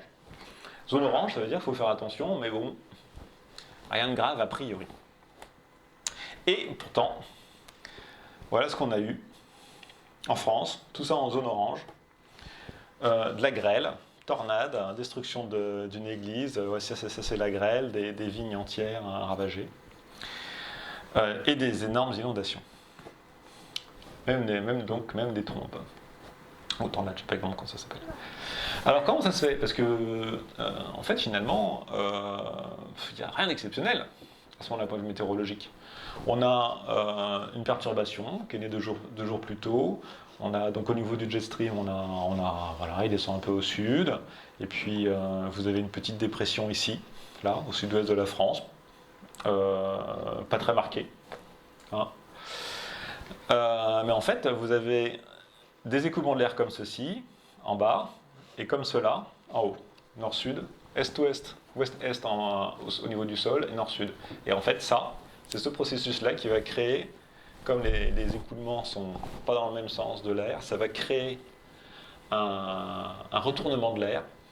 Et c'est ça qui va nous amener, finalement, des épisodes orageux, comme ceci, donc avec une élévation de l'air d'en dessous vers le haut, et puis une rechute derrière. Voilà. Et donc en fait, ça crée un cercle orageux. Et là, vous avez donc, depuis l'Espagne, la veille, vous avez des très très forts orages qui remontent vers le nord. Et en Dordogne, vous avez une tornade qui a parcouru 3 km de long, vers 18h le 17. Et puis, là, on doit être le 19, 2 jours plus tard, le jet stream s'est un peu plus creusé. Il descend plus au sud, il est beaucoup plus nord-sud. Et puis, vous avez une petite dépression tranquille, si j'ose dire, qui s'est formée autour de l'Atlantique. Rien d'exceptionnel, elle n'est pas très intense, mais elle a le mauvais goût, cette dépression, d'envoyer de l'air vers l'est, alors que nous avons des écoulements nord-sud de l'air en altitude. Et en fait, vous avez ce coefficient de tornade, là, vous voyez, près de Paris, là, La Rochelle, vous voyez ce coefficient de tornade qui est très élevé localement. Et qu'est-ce qui s'est passé? Il y a eu des tornades, et là vous avez donc l'église Saint-Nicolas de Bourgueil, le 19 à 14h, qui était ravagée par la tornade. Je précise l'heure, parce que en fait c'est quelques heures plus tard, ça nous a atteint ici à Palaiseau. Donc l'air humide et les orages ont continué de se déplacer vers le nord. Et puis, il y a eu un petit vent d'ouest humide, malheureusement, vers 13 heures, à cause de la dépression dont je parlais. Et ça a orienté cette ligne d'orage qui allait vers le nord-est légèrement, ça l'a orienté vers le nord-est et donc vers Palaiseau. Et là, il était 13 heures. Donc voici les pluies. Donc on est Massy, c'est là, hein, voilà, les Ulysses. Donc on est là. Voilà. Et donc ça, c'est la grosse cellule, supercellule orageuse qui nous passe dessus. La pluie ici, donc en 35 minutes, voilà, en 35 minutes, tout a été dit et on a eu 40 mm de pluie. 40 minutes de pluie, mais c'est pas beaucoup en fait. Et alors pourtant on a eu de la chance, parce que la supercellule a poursuivi son chemin, et puis elle s'est coincée ensuite en Allemagne. Et là, vous avez un tas de grêlons. Et vous avez des villes qui ont été totalement ravagées, en Tchéquie notamment. Voilà. Donc, en conclusion, c'est un début anodin. Il y a eu 3 facteurs modérés qui se sont un petit peu ajoutés. Et avec le réchauffement climatique, sachant que l'air était plus humide. Il peut être plus humide, et là, il avait moyen d'être plus humide. Et de façon complètement inattendue, il y a une intensification avec des précipitations extrêmement intenses. On ne sait pas pourquoi. Ce n'est pas un processus qui est bien connu, bien compris. C'est-à-dire qu'on est en présence, comme depuis une vingtaine d'années, de processus météorologiques qu'on a du mal à caractériser et à comprendre. Et voilà, donc là c'est le cas, donc c'est encore à creuser. La pluie de référence, elle est entre 50 et 60 mm. Et là on a eu combien? On a eu 39, 45 mm. On est en dessous de la pluie de référence. Donc normalement, tous nos systèmes anti-inondation auraient dû absorber ça. Ce qui veut dire que ce critère ne convient pas. Ça veut dire qu'avec ce qu'on peut considérer comme un changement climatique, les critères de gestion, ce qu'on impose aux bâtisses, qu'on impose aux quartiers, etc., aux villes, aujourd'hui, semblent inadaptés à ce type de crise. Mais, et on a eu de la chance. On a eu de la chance. Parce qu'on a eu les précipitations qu'il y a eu dans l'Est. Là, c'était des inondations beaucoup plus catastrophiques que ce qui s'est passé. Alors, il y a aussi des effets de la grêle et du vent, mais c'est pas que la pluie. Donc voilà, il faut s'attendre à des pluies en fait, avec le changement climatique, qui seront. Toutes les données sont consistantes, pas toutes, mais il y a des données vraiment consistantes en ce sens. Avec le changement climatique, les pluies devraient être plus intenses et plus courtes. Il devrait y en avoir moins souvent, mais plus fortes. Du coup, dans ces types de pluies, il faut stocker beaucoup plus d'eau. Alors ça pose des problèmes parce qu'il faut arriver à la stocker quelque part, du foncier et puis la faisabilité technique. Et évidemment, le bâti existant est plus vulnérable maintenant à ce type de pluie. Alors, l'idée en fait, c'est de changer de paradigme.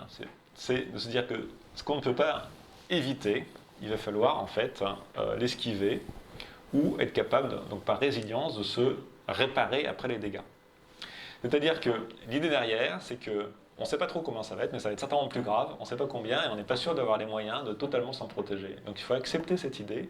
Par contre, il faut se préparer à des échecs de nos systèmes de prévention. Les systèmes de prévention, on ne peut pas les dimensionner pour faire face à tout, parce que ça coûterait une fortune, et pour cet argent-là, on a d'autres choses plus urgentes peut-être contre lesquelles on veut se protéger. Donc on fait un arbitrage, et c'est le cas. Là, on a arbitré à 60 mm, par exemple. On aurait pu dire, je vais prendre la crue millénaire, tant qu'à faire, et pourquoi vous faites ça? Ça va vous coûter une fortune. Et cet argent, il faut le placer ailleurs, logiquement. Donc c'est un arbitrage politique, qui revient à ce qu'on accepte comme risque. Donc, ça veut dire qu'on accepte l'échec quand l'événement est plus grave.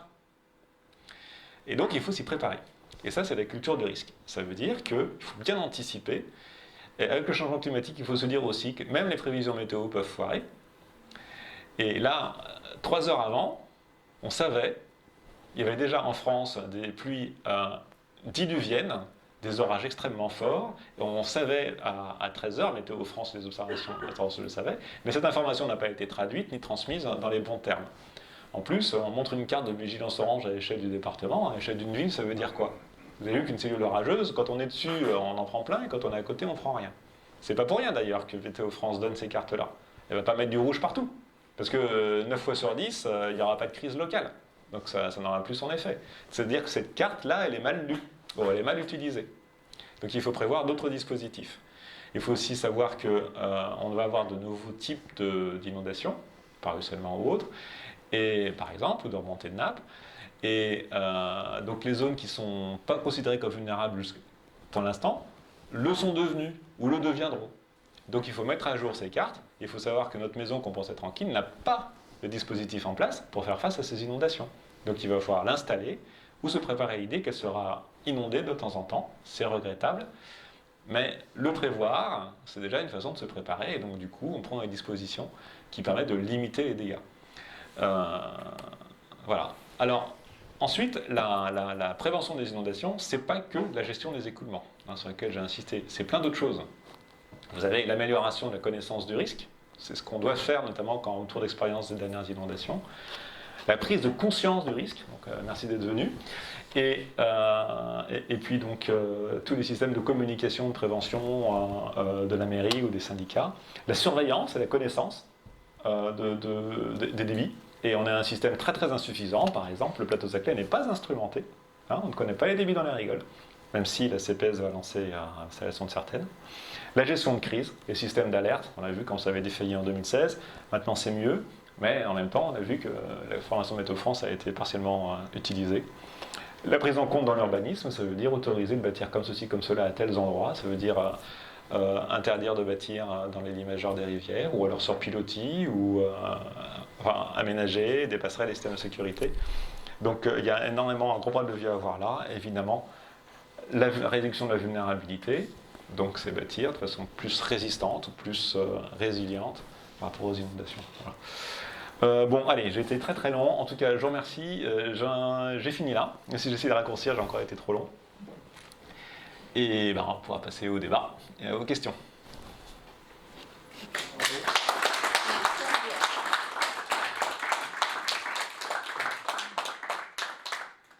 Merci. Oui, merci. Et vous êtes monsieur ? Sergent, je suis à la tête de l'UASPS et on travaille pas mal sur on suit pas mal ces affaires-là. Votre première question était sur le creusement des sous-sols dans les nouveaux bâtis du plateau, la deuxième sur l'entretien des rigoles, et la troisième sur, ça va revenir, oui, sur la diversité des situations des rigoles et éventuellement de leur entretien, de leur fonctionnement. Mais en tout cas, sur la première question, vous avez vu qu'il y a 2 mètres de limon sur le sol du plateau de Saclay, et en dessous, vous avez 8-10 mètres d'argile à meulière, enfin c'est variable. Et en dessous, la nappe des sables de Fontainebleau. Il est interdit de toucher, de faire un trou qui aille jusqu'à la nappe des sables de Fontainebleau. Voilà, c'est interdit.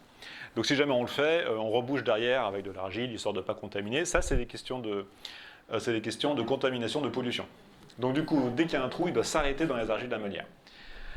Effectivement, dès qu'on creuse, on creuse dans les argiles. Vous allez voir sur le plateau, chaque fois qu'il faut un grand trou, vous voyez apparaître, c'est une terre de couleurs différentes, c'est les argiles de la meulière. Et ça, on a le droit. Et puis effectivement, après on bâtit, on fait un parking en général, on bâtit par-dessus, le bureau des bâtiments ont ça. Et alors, pour pas que le parking soit ensuite inondé, on ceinture avec un drain et on pompe. Voilà. Donc ça s'appelle les eaux d'exor. Et ces eaux d'exor, représentent des volumes importants, donc c'est de l'eau qui est récupérée, donc c'est de l'eau pluie finalement, qui vient un peu des côtés, qu'on prend et qu'on remet à côté. Donc on remet dans l'espace public, puisque après, on met dans la mare, un petit peu localement. Mais ensuite, ça va, moyennant autorisation, ensuite, ça finit, quand il y en a trop, ça finit dans le système public. Donc nous, c'est l'objet de négociation. Une grosse difficulté de la part du gestionnaire, aujourd'hui CPS, c'est de faire obtenir dans les permis de construire que ces débits soient limités à ce qu'il faut. Parce que ce n'est pas les mêmes personnes qui décident. Les permis de construire sont validés par le préfet. Et les services de la préfecture ne sont pas complètement sensibilisés, nous courants, etc., etc. Sans parler des arbitrages. Donc là, on est au cœur d'une question de gestion. C'est-à-dire que la personne qui a la compétence GEMAPI n'a pas forcément les moyens administratifs, puisque ce n'est pas elle qui valide tout, ni qui finance tout, n'a pas les moyens de contrôler ou d'imposer un programme. Donc le GGE, par construction, peut avoir des entorses, alors que beaucoup de gens sont de bonne volonté. Et ça, c'est une difficulté sur la prise de décision.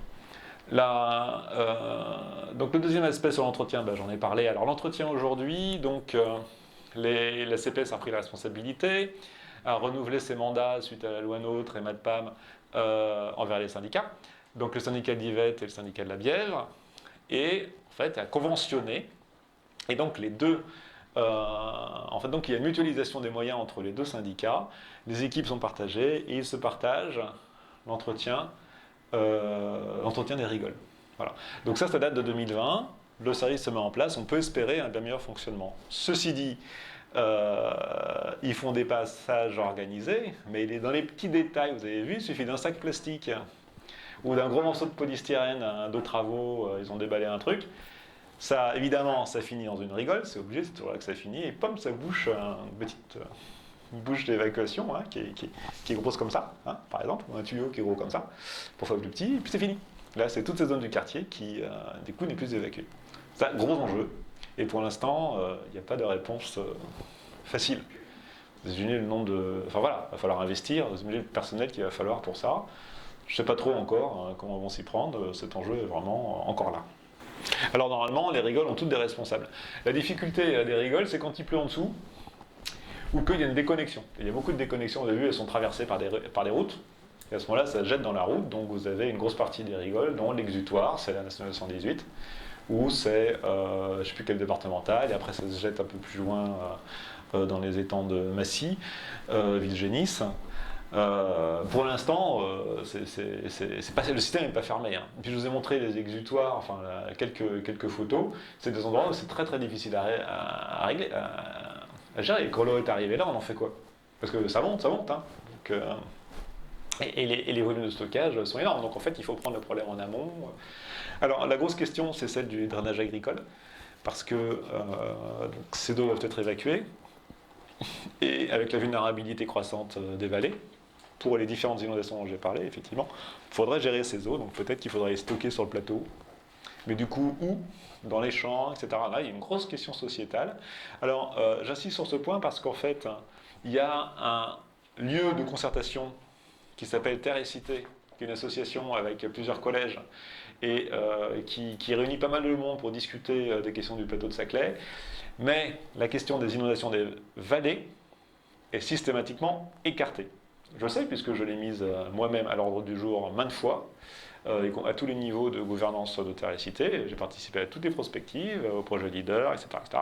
Et chaque fois, cette question a été écartée. Donc en fait, nous manquons d'un lieu de concertation pour discuter avec l'agriculture du plateau en tenant compte des vallées en dessous. Oui. Oui, je me demandais si...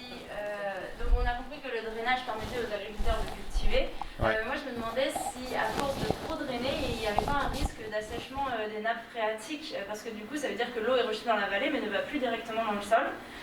C'était le premier point. Et le deuxième, c'est que je me demandais si vous observiez une régularité dans les crues, les inondations de l'Yvette. Ou pas. Donc oui, effectivement, quand on draine le sol, on diminue le niveau des nappes et donc là, il y a un petit peu moins d'eau pour s'infiltrer. Effectivement.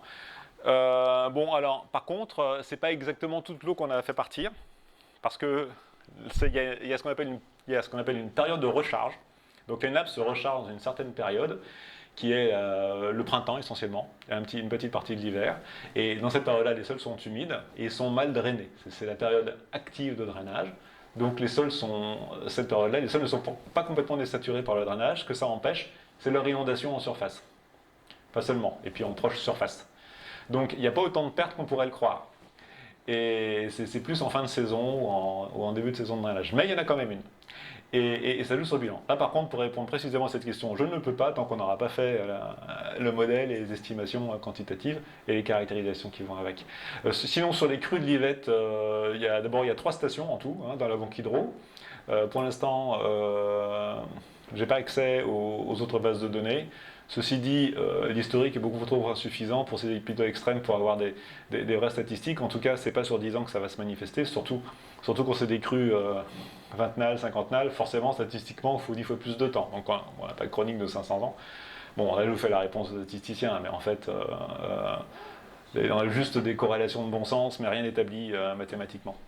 Bonjour, Jean-François Salle. J'avais une question peut-être un peu naïve, mais donc vous avez expliqué toutes les particularités géologiques finalement du plateau, tout ce qui a modelé au fil du temps les évolutions et tous les ouvrages faits par l'homme au fil du temps. Est-ce que cette situation est spécifique en Europe? Est-ce qu'il y a d'autres d'autres plateaux de ce type-là avec de l'urbanisation et dans ce cas-là, comment c'est traité? Merci. Alors, le plateau Sakhalin est spécifique parce que il est en zone périurbaine, en urbanisation massive et galopante. Ça, c'est une spécificité. Avant, c'était aussi une spécificité par rapport à Paris, puisque c'était une zone campagnarde. Bon. En fait, sinon d'un point de vue géologique et sol, c'est la même situation à peu près dans tout le bassin parisien central. Toutes les couvertures de Limon central, quand je vais montrer sur la carte. Après, vous avez les affleurements de sable, qui sont extrêmement secs, extrêmement profonds. Donc en gros, c'est la forêt de Fontainebleau, des trucs comme ça, enfin, c'est pas fertile. Et puis après, vous avez les affleurements de calcaire, où là, cette fois-ci, vous n'avez pas de rivière. Mais, donc en fait, c'est cette zone-là de Limon qui a toutes ces propriétés exceptionnelles. Et en Europe, eh ben, on ne retrouve pas cette situation. Vous avez... bon, c'est vrai que c'est pas stérile le reste du bassin parisien, c'est pas ça, au contraire. Le bassin parisien, en plus d'avoir ce sol sédimentaire et cette capacité de retenue, a des précipitations. Donc, et en plus, des hivers pas trop rigoureux et des étés pas trop insupportables. Donc, la conjonction de ces sols et d'un climat tempéré, influencé par l'océanique, est une situation vraiment singulière.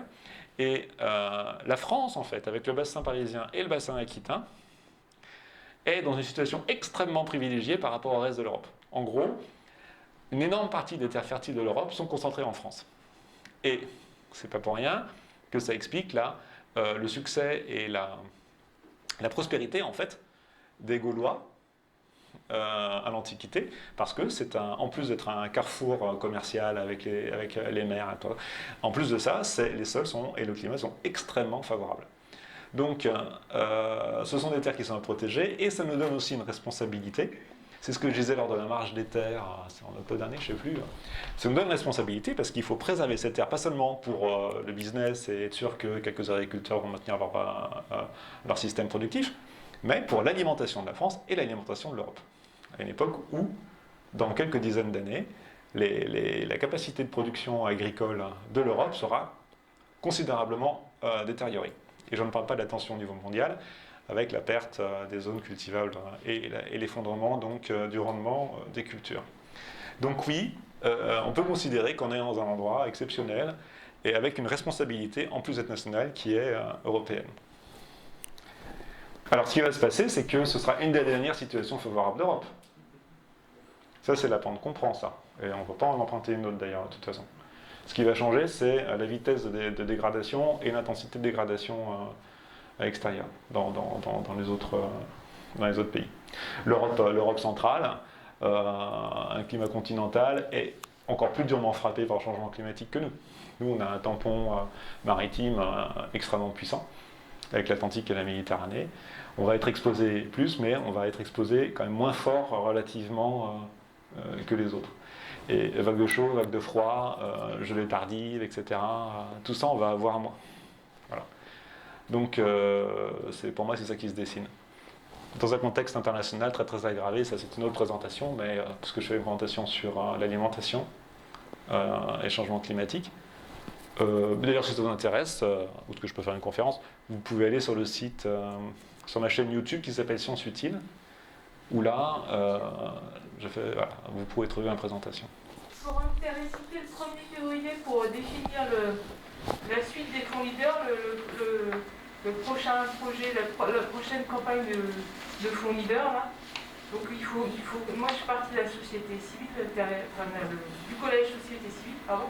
Donc je ne sais pas si vous avez s'il faut dire des choses, porter votre parole, enfin si vous avez des conseils à nous donner qu'on pourrait porter. Je ne sais pas s'il y a d'autres personnes intéressées. Au niveau association, oui. Arbon et d'autres associations. Collège association. Arbon et d'autres associations présentes ici font partie de Terrecité et donc seront à ce forum. Par rapport à Terrecité et au projet Leader, donc c'est un projet européen sur fonds FEDER, qui finance l'animation de collectifs et l'association recherche, décision publique, je ne me souviens plus exactement, enfin c'était ça l'idée. Donc moi j'ai participé à l'exercice, j'ai fait des propositions, j'ai fait des réunions très tard, etc. Avec Terrecité, pour Terrecité, on a construit le truc, ils ont pu présenter toute une liste de projets scientifiques, toute une liste de partenaires, et puis on a proposé nos projets, et à la fin, Alors effectivement, il y a un collège société civile, il y a un collège association, il y a toutes sortes de collèges, très très bien, mais à la fin, la décision est prise par le bureau et les fondateurs. Et les fondateurs, c'est exclusivement les agriculteurs. Et l'arbitrage des agriculteurs qui se fait ici à la fin du projet Leader, moi je l'ai vécu aussi très très en amont dans les ateliers à toutes les instances de décision de production de connaissances. Et l'arbitrage est arbitraire. Et les questions retenues sont exclusivement des questions qui maintiennent, qui protègent l'activité agricole. Je ne dis pas qu'il ne faut pas la protéger. Ce que je dis, c'est que ce processus de décision ne permet pas de prendre en compte les besoins des autres acteurs territoriaux. Donc moi, ce que j'appelle, comme vous êtes ici, je peux vous appeler solennellement, à faire en sorte que Terre et Cité ne soit pas uniquement une association de protection des intérêts des agriculteurs, malgré une concertation large, mais ouvre son processus de décision aux intérêts des autres acteurs. Et je peux vous dire qu'aujourd'hui, ce n'est absolument pas le cas. Et y compris dans la production de connaissances, on m'a fait taire, on m'a empêché de poser des questions, on m'a supprimé de certains programmes, on m'a écarté de certaines discussions parce que j'apportais la question des inondations et des impacts du drainage. Voilà. Donc pour l'instant, ce n'est pas une instance représentative à mes yeux. Elle est représentative, mais pas de tout. Et ça, c'est vraiment le problème, c'est qu'aujourd'hui, on a besoin d'une instance de représentation de tous les usagers du territoire. Voilà. Et attention, hein, il faut absolument protéger les agriculteurs, l'agriculture locale. C'est pas ça la question. Hein. Ce qu'il y a, c'est qu'on ne peut pas traiter la complexité du territoire si on n'a pas l'instance où on peut discuter de cette complexité. Madame Delattre. On est Delattre, oui. Alors, pour stocker les volumes d'eau qui vont être de plus en plus nombreux, je crois que le SIABB a le projet de curer tous les étangs du plateau de Saclay. Pas simplement l'étang neuf et l'étang vieux, mais aussi l'étang du Préclos, l'étang d'Orsigny. Donc ce stockage pourrait être nettement amélioré par rapport à aujourd'hui. Et vous avez dit que toutes les eaux en fait coulaient vers la Bièvre, à travers le rue de Boilan. Et s'il y avait la restauration de l'ensemble du système pour réalimenter les eaux de Versailles comme c'était à l'origine, à ce moment-là, toute l'eau pourrait avoir des issues différentes et pas simplement aujourd'hui la Bièvre. Alors, donc, Madame Delattre disait qu'il y a le projet par le CVB de rénover, de curer les étangs d'Orsigny et du Préclos qui sont dans le nord-ouest du plateau de Saclay. Vous avez dit c'est de là que vers le Haut-de-Saint-Marc. Ensuite, ça se jette dans la Bièvre, en tout cas pour les eaux qui vont vers l'étang vieux. Donc, en gros, c'est les 2/3 ou les 3/4 du plateau de Saclay. Et qu'en outre, avec le rétablissement de la connexion avec les eaux du château de Versailles, on aura un exutoire supplémentaire pour, d'une part, stocker là et évacuer davantage. Alors, c'est tout à fait vrai, ces deux étangs sont à l'abandon, en fait, hein, ce sont des étangs privés. Et là, on est dans le problème de la gestion de l'eau, hein, c'est que la décision publique n'a pas le droit d'intervenir sur les biens privés. L'étang d'Orsigny appartient à la ferme d'Orsigny. On n'a même pas le droit d'y accéder à pied. Hein. Enfin, et du coup, en fait, il s'agit de les remettre en fonction, et ça, c'est de toute façon quelque chose qui va effectivement créer du volume et faciliter la gestion. Alors, je ne sais pas si c'est suffisant par rapport au volume. Hein. Je n'ai pas vu le calcul. Si ça suffira à rattraper l'effet de l'urbanisation ou l'effet du changement climatique, je ne suis pas sûr. Mais en tout cas, ça va aider, ça c'est sûr. Et par rapport aux eaux de Versailles, il y a deux points. Ce serait super chouette patrimonialement que les eaux refranchissent l'aqueduc de Buc, retournent à Versailles, etc. Ce qu'il y a, c'est que depuis que la circulation a été arrêtée, les châteaux de Versailles, ils sont débrouillés. On ne fonctionne plus à l'ancienne en flux continu. Hein. L'eau est recyclée. Donc, d'une part, donc en fait, ils ont à peine besoin d'eau, il y a un peu d'évaporation. Et d'autre part, il n'est pas du tout sûr qu'on puisse utiliser les étangs de Versailles pour stocker l'eau du plateau de Saclay. Déjà, Versailles a ses propres besoins, et puis les étangs, enfin, c'est sans doute pas l'usage qui sera accepté, si tant est qu'il y a un petit peu de volume.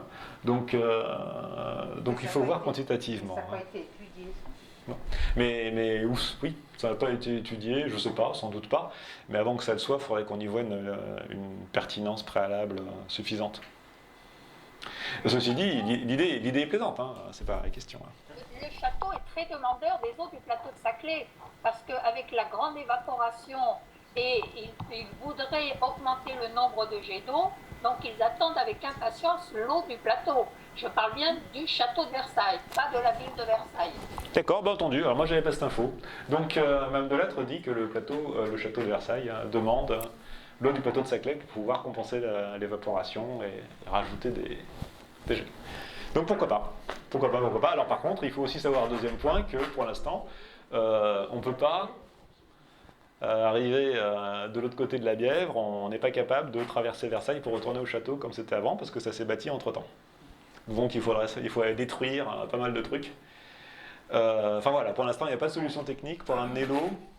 Non, c'est pas vrai? Ah bon? Actuellement, il y a un syndicat qui s'appelle le SIAB, Oui. qui est en train de faire l'étude des arcades de but, Oui. qui peuvent retraverser, les eaux du plateau de Saclay peuvent retraverser la Bièvre par les arcades avec très peu de frais. Et toutes ces études ont été déjà étudiées lors des états généraux, des étangs et rigoles dans le château de Versailles en l'an 2000. Donc toutes les études En 2000. ont été faites en 2000. Oui, bah oui. Oui, il y a 20 ans. Il y a 20 ans, mais il suffit en fait de reprendre ces études, de les mettre au goût du jour, mais le ministère de la Culture et de l'Agriculture sont en train de travailler sur ce projet. Très bien. Bah alors, donc, c'est un projet à suivre. Hein. Si vous avez la documentation récente sur des études sur le passage depuis les arcades jusqu'au château, je suis preneur. En tout cas, moi, c'est l'information que m'a donné le CAVB il y a quelques années. Ceci dit, tout est révisable, je ne sais pas. Enfin, en tout cas, voilà. C'était l'état de la réflexion. Vous avez vu, ça continue. Après tout, c'est très bien.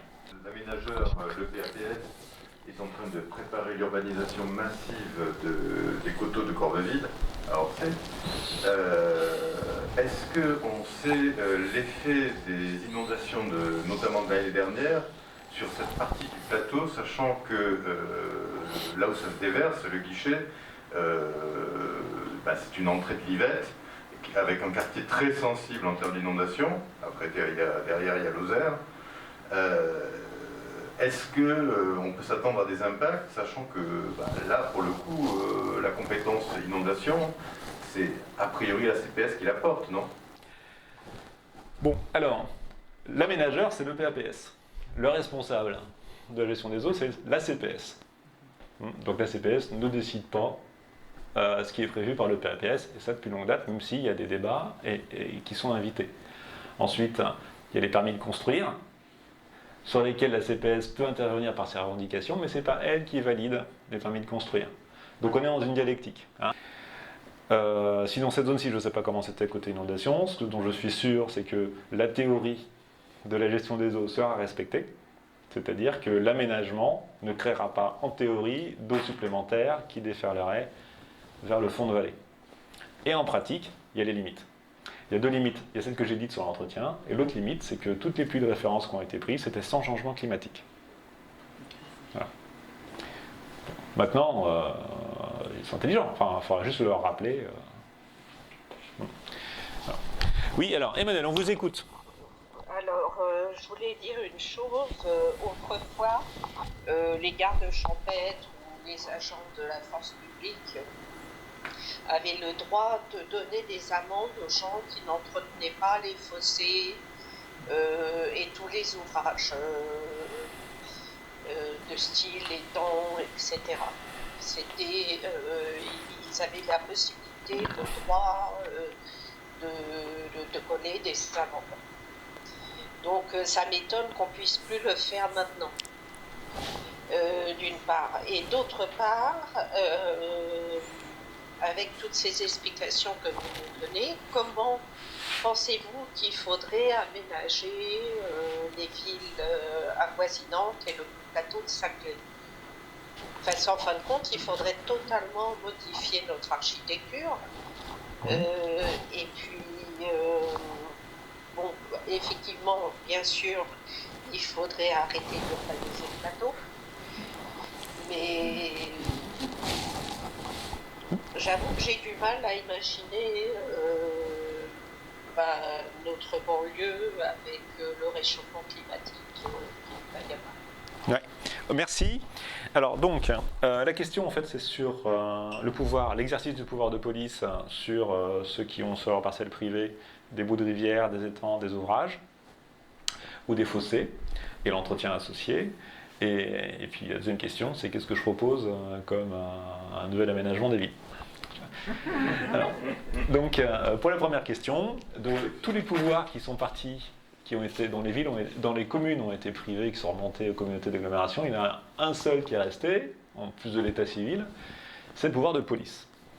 Et donc le maire est celui qui exerce localement la police.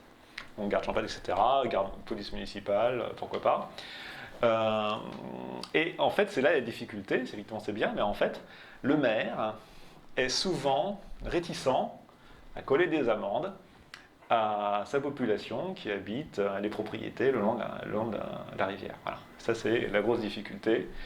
La police nationale, c'est pas son périmètre. Alors, il y a la police de l'eau, mais la police de l'eau, elle, c'est des questions de conformité. C'est plutôt des atteintes au bon état écologique et pas au bon fonctionnement hydraulique de protection contre les inondations. Hein. La police de l'eau, c'est pas la protection contre les inondations, c'est la biodiversité. Et du coup, c'est pas dans son périmètre d'infraction. Donc c'est bien la police municipale, etc. Donc vous voyez les difficultés. Alors, ensuite, comme je vous ai dit, on n'a pas le droit d'intervenir sur l'espace privé. Donc c'est le point noir de la gestion de l'eau contre l'inondation. Qu'est-ce qu'a fait un certain syndicat? Comme c'est en cours, je ne peux pas dire son nom. C'est de tenter de déclarer d'utilité publique les ouvrages, notamment les rivières et les annexes, vis-à-vis de la sécurité de la population. À partir du moment où c'est d'utilité publique, on peut passer outre la seule légitimité du propriétaire et intervenir chez lui, ou le faire intervenir, ou intervenir, le faire payer, enfin bref. Donc on peut rétablir, via cette déclaration, si elle est acceptée, la capacité du collectif à intervenir sur ces espaces privés qui ont un impact sur le collectif. Voilà. Donc ça peut être fait d'un côté, il faudra que ce soit fait de tous les côtés, si ça marche. Hein. Donc c'est à étudier, mais effectivement, il faut que nous arrivions, dans le respect évidemment des droits de chacun, de récupérer notre capacité collective à gérer le territoire pour ce que ça touche de collectif. Alors c'est évidemment une question beaucoup plus globale, parce que là je vous parle de l'eau, mais cette question générale se pose de façon politique à l'échelle de notre pays sur plein d'aspects. Alors ensuite, la ville de demain, je vais surtout pas vous dire moi comment il faudrait faire, ce serait, d'abord je ne sais pas, et ce serait une faute. Donc en tant que scientifique, je m'interdis de formuler des recommandations concrètes sur des décisions politiques. L'aménagement de la ville, c'est une décision politique. Si on intervient quelque part, ça a un coût. Ça va se faire au détriment ou au déclassement de certaines zones. Ça va induire des frais ou des dévalorisations immobilières sur d'autres. Donc, il y a aussi le côté assurantiel et la prise en charge nationale, CatNat ou autre, comment on organise la solidarité. Qu'est-ce qu'on accepte de voir perdre individuellement, quitte à payer, hein, ou perdre complètement, quitte à aider la personne à aller ailleurs. Tout ça, ce sont des arbitrages collectifs, c'est une décision politique, donc moi, j'ai aucune recommandation précise à faire, circonstanciée. Par contre, donc il y a cette réflexion à avoir, déjà bien comprendre le risque, qu'est-ce qu'on accepte et comment on se met ensemble pour faire face au risque, de façon à accompagner tout le monde. Donc tout le monde n'était pas au courant, il y en a qui ont acheté dans zone inondable, ils ne savaient pas. Et puis après, on reclasse parce que finalement, la carte était un peu pipotée avant. Ou alors, ça arrive, hein, les cartes d'inondation, elles font comme ça, là. Hein. C'est la rivière, elle ne fait pas comme ça. Hein, il s'est passé un truc. Hein. Bon, donc, ça, c'est pas la faute de ceux qui arrivent. Par contre, il y en a qui savent que c'est inondable aussi, hein, et qui l'ont quand même fait, ou qui sont débrouillés pour. Donc, les responsabilités sont vraiment variables en fonction des gens. Et par contre, il faut pas que ça coûte à des personnes qui y sont pour rien, notamment avec le changement climatique, ou à cause de l'urbanisation en haut, il y a des zones en bas qui deviennent finalement inondables, on va le voir, alors, je ne sais pas, enfin c'est tout à fait possible. Pourquoi tout à coup, ça devrait être à eux de porter la charge de la dévalorisation de leur maison? Encore une fois, je ne réponds pas à la question, mais ce qu'il faut, c'est être conscient des questions et les porter collectivement. Donc s'il y a une dévalorisation, si on peut l'accompagner par des aides ou avec quelque chose de dégressif, si on fait monter progressivement les assurances, peut-être qu'on peut faire de la solidarité financière. Il y a aussi naturellement la solidarité entre voisins. Bon, c'est une question de solidarité. Et elle se pose dès aujourd'hui, en fait, hein, parce qu'aujourd'hui, quand il y a une inondation qui inonde des gens qui étaient en zone non inondable, par exemple, ben, ils vont être remboursés. Alors, ils vont être remboursés soit sur l'assurance, donc sur les primes que les autres vont payer, soit ces 4 nat, à ce moment-là, ça va être remboursé par l'État, donc par les impôts que tout le monde va payer. Et la question, c'est l'assiette sur laquelle on va asseoir cette solidarité. Donc c'est une question éminemment politique. Et par contre, ce qui est important, c'est de bien montrer qui paye. Donc aujourd'hui, ça fait une dizaine d'années, on a inondation sur inondation. À chaque fois, ça coûte des millions. Et c'est payé, mais c'est payé par nous. Donc tout ça, c'est un investissement qui se fait post-catastrophe. Il y a une partie qu'on pourrait faire en prévention, d'autres, etc., en incitation, etc. etc.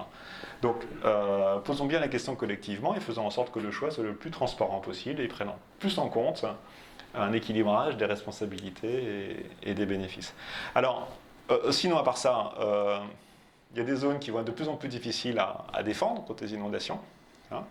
Donc pendant un certain temps, on peut mettre des protections, des digues, détourner la rivière, etc. C'est des choses qui peuvent marcher et qui sont dimensionnées. Donc on sait que de toute façon, il y a un niveau au-dessus duquel ça ne marche plus. Hein. Donc une protection, c'est fait pour défaillir à un moment. Voilà. On le sait parce que quand on l'a calculé, on sait que ça n'est fait que pour certaines catégories et on sait que ça ne va pas protéger contre d'autres. C'est une question de définition. On peut faire ça. Ce qu'on peut faire aussi, c'est éviter qu'il y ait trop de vulnérabilité là. Donc ça veut dire éventuellement de rendre inhabitable un étage. Toutes les nouvelles habitations, soit on ne les met pas, soit on les met sur pilotis, ou d'autres qui sont déjà là. On organise petit à petit la compensation financière de ceux qui vont perdre leur appartement. Parce qu'il va disparaître cet appartement, par exemple, donc il faut qu'il y ait une compensation financière à imaginer. Mais aussi installer des passerelles amovibles, considérer la ville autrement. Et bon, donc il y a énormément d'options possibles. C'est pour ça que l'important, c'est de se mettre autour d'une table et discuter concrètement de ce qui serait le mieux, le plus juste, et en fonction des vrais risques réévalués avec le changement climatique et l'urbanisation. Voilà. Par rapport à la géothermie profonde, vous en avez pas parlé quand vous avez parlé des trous. Oui. Et ça c'est encore plus profond. Oui, si je peux en dire deux mots, ça n'a pas complètement rien à voir, mais c'est vrai que... Ouais, mais non, mais il y a un petit... C'est intéressant. Donc la géothermie profonde, c'est aller faire un grand trou dans une nappe d'eau, enfin dans une nappe aquifère donc avec beaucoup d'eau. Chaude, pas trop chaude quand même, pour qu'on puisse s'en servir dans l'autre sens. Donc on prend l'eau chaude quand on veut chauffer, et on met de l'eau chaude quand on veut refroidir. Oui, c'était pas clair. On est en hiver, donc par exemple l'eau de l'Albien est à 32 degrés par exemple. Donc du coup c'est bien pour chauffer la piscine ça. Donc on prend l'eau là, on s'en sert pour chauffer la piscine, et puis on la réinjecte. Alors actuellement, ce qui est autorisé, le plus souvent autorisé, c'est des doublets. Je pompe à 700 mètres dans l'Albien, comme c'est le cas, il y a 2 doublets comme ça sur le plateau de Saclay. Je pompe à 700 mètres de l'eau chaude, plus chaude que l'eau que j'ai en surface. Ça permet de chauffer. Je peux même faire de l'énergie avec. Hein, je peux même faire de l'électricité. Et par contre, je ne veux pas juste pomper comme ça, parce que la nappe descend et c'est très mauvais, ça a l'état d'impact. Donc je dois réinjecter autant d'eau. Donc j'ai un puits d'injection un peu plus loin qui réinjecte cette eau. Et donc je peux faire en fait l'inverse. Je peux me servir de cette eau-là pour refroidir une eau encore plus chaude. Donc par exemple, j'ai concentré la chaleur dans une eau pour la climatisation. Elle est à 40-50 degrés. Et je vais l'injecter dans mon puits d'injection. Du coup, pour injecter de la chaleur dans la nappe. Donc en hiver, je la prends, et en été, je la renvoie. Ça paraît très bien. Et c'est un circuit fermé, c'est-à-dire que finalement, j'ai envoyé autant d'eau que j'en ai pris. Et du coup, la nappe n'a pas de niveau qui baisse, ou qui change. Et elle n'est pas polluée non plus. Le problème, c'est que le moment où on l'injecte, elle est polluée. Attends. Alors, donc, c'est une question d'échange. C'est une question d'échange. C'est comme dans les centrales nucléaires. Le circuit primaire est fermé. Par contre, la chaleur passe à travers la paroi des tuyaux. Donc on fait les serpentins, voilà, c'est ça. Et donc, on a le serpentin d'eau chaude, un serpentin réchauffé qui passe juste à côté, et le premier réchauffe le deuxième, ou inversement. Et donc, en fait, cette eau qu'on a pompée n'est jamais libérée à l'extérieur, et elle est réinjectée telle quelle, officiellement. Alors, l'intérêt de la géothermie, aussi là, c'est que ça peut faire une ressource en eau subsidiaire. Comme vous savez que l'eau de l'Albien, c'est une eau d'extrêmement bonne qualité, hein. On peut la boire direct. D'ailleurs, elle est distribuée encore un petit peu à certaines sources, d'ailleurs, qui sont intensément ponctionnées par tout un chacun qui vient avec des gros bidons. Donc on peut la boire directement. Puis à Orsay, effectivement, on a cette station. Ouais, en bas, quoi, la moitié. Ouais. Qui se plaignent parce que l'eau est chaude. Hein. Bon. Mais, donc en cas de contamination de l'eau potable, par exemple, on a l'eau de l'Albien, des puits de géothermie, on a un robinet qu'on ouvre, et du coup, hop, on peut avoir de l'eau potable de très très bonne qualité en cas de crise. De crise bactériologique, par exemple. Ou de crise parce que quelqu'un a empoisonné l'eau, un terroriste ou un État ennemi. Voilà, le seul petit problème qui a été mentionné par monsieur, c'est que pour réinjecter l'eau, il faut que l'eau passe. Et le problème avec les nappes d'eau souterraines, c'est qu'il y a des particules fines, notamment là bien c'est des sables, il y a des particules très très fines de sable, et ce qui se passe dans la recharge artificielle, et là c'est le risque majeur, c'est pour ça que quand on fait un doublé géothermique, on n'est jamais sûr que ça va marcher, c'est qu'en fait, ça se colmate. Et du coup, on peut pomper autant qu'on veut, voilà, ça s'est colmaté. Alors on peut repomper dans l'autre sens pour nettoyer, réenvoyer, on peut gagner un petit peu de marge. Voilà. Et ce qui s'est passé avec le doublet, à ma connaissance, hein, ce qui s'est passé avec le doublet géothermique du bateau de Saclay, c'est ce qui s'est colmaté au bout d'un an. Voilà. C'est ce que j'ai retenu. Hein. Donc si vous avez l'information, confirmation, affirmation, vraiment ça m'intéresse, je vais leur demander, mais enfin voilà. Donc moi c'est ce que j'ai compris. Et ça c'est quelque chose c'est un risque majeur, parfaitement identifié, quoi. Et du coup, tout le système de protection pour avoir de l'eau potable en cas de crise, il tombe à l'eau. Ah, ce jingle demande si les rigoles seront bien entretenues. Ben, je l'espère. Mais elles le seront bien si on a aussi la pression sur les élus pour qu'ils répondent favorablement à cette question. D'ailleurs, il y a aussi un autre aspect. Il n'y a pas que l'entretien des rigoles, il y a le respect aussi des règles de gestion des eaux sur l'eau qui sort des parcelles. Alors, enfin, il y a plusieurs enjeux. Et notamment, est-ce que les mairies, dont c'est la responsabilité, c'est le pouvoir de police, il faudrait que les mairies contrôlent bien que des grosses parcelles sortent pas plus d'eau que ce qui est autorisé par le plan de gestion. Et aussi que les dispositifs de retenue d'eau à la parcelle qui sont construits à la livraison, quoi. Il y a un bâtiment, il y a la mare, il y a les noues, il y a tout ce qu'il faut, il y a des chemins piétonniers, c'est très joli, des arbres et tout. Et en fait, il n'y a rien sur l'entretien. Qui va surveiller que c'est fonctionnel? Tous ces trucs-là, au bout de 10 ans, ça envahit par la végétation, il y a des trous, là, ça a été bouché par les sédiments. Si ce n'est pas surveillé et qu'il n'y a pas de bonne volonté, ça devient inefficace. Et après, donc ça ne sert plus à rien. Donc là, c'est vraiment la question aussi à poser les élus. Comment vous contrôlez que à la parcelle, ces choses-là restent fonctionnelles? Il faut aller regarder sur place. Hein. Et donc, il faut que les gens se déplacent, il faut rentrer chez les gens, etc. Alors, aussi, ce qui est compliqué, c'est qu'il n'y a que la police qui peut rentrer, et sinon, les agents techniques n'ont pas le droit de rentrer, sauf pour l'assainissement non collectif. C'est la seule exception. Sinon, c'est la police, et la police, en général, ne dérange pas les gens chez eux, surtout s'ils ont des grosses parcelles avec des grosses maisons. Alors, le deuxième aspect, c'est les problèmes de connexion. Donc, il faut bien être sensibilisés, tous, qu'un des problèmes majeurs pour la gestion de la pollution et des rivières, c'est les mauvais branchements. Quand des gens ont branché leurs eaux pluviales, des gouttières, l'évacuation de leur terrain, sur les eaux usées. Alors, en général, ce n'est pas volontaire, c'est une faute, ou c'est ancien, on a récupéré la maison comme ça, etc. Mais en fait, ce qui se passe, c'est que, du coup, les réseaux d'eau, dès qu'il y a une grosse pluie, toute cette eau arrive dans les canalisations d'eau usée, qui n'est pas faite du tout pour récupérer les eaux de pluie. C'est des tuyaux qui sont dimensionnés juste pour évacuer les eaux domestiques, quoi. Du coup, elles se remplissent, elles se saturent et ça déborde. Et un des problèmes majeurs de pollution des rivières, c'est en période de pluie, par le lessivage des eaux usées et toute la pollution bactériologique et chimique qui est associée. Voilà. Et là, on a un vrai enjeu de santé publique et environnementale. Oui. Bon, alors il faut faire passer la Marie-Claire.